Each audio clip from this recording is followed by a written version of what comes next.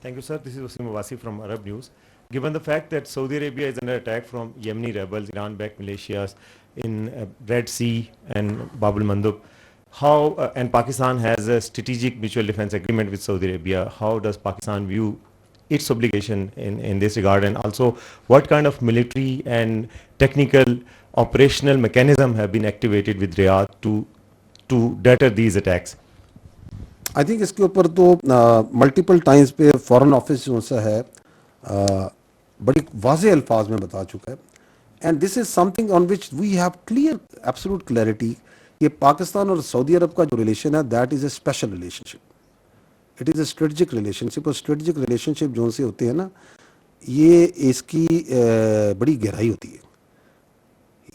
हम एक दूसरे के साथ कई डोमेन्स में बंधे हुए हैं, whether it's religious, whether is historical, whether it's economical, whether it's security, and most importantly जो हमारे अवाम के दिल उनके साथ धड़कते हैं एक, और जज्बाती वाबस्तगी है सऊदी अरब के साथ। तमाम मुसलमानों की, पाकिस्तान की खुसूसी जज्बाती जो वाबस्तगी होती है ना, इमोशनल अटैचमेंट, वो बड़ी स्ट्रॉन्ग चीज़ होती है। And then we are proud, मैंने पहले भी अर्ज़ किया दैट अल्हम्दुलिल्लाह अल्लाह के फजल से अल्लाह ताला ने उनको एजाज़ दिया है खादिम हरमैनुल शरीफैन का। अल्लाह ने एजाज़ दिया है पाकिस्तान को और पाकिस्तान की फ़ौज को मुआवज़ीन हरमैनुल शरीफैन का। So we have a strategic mutual defence agreement and we are those people जो अपने एग्रीमेंट्स को, अपने वादों पे कायम रहने वाले लोग हैं।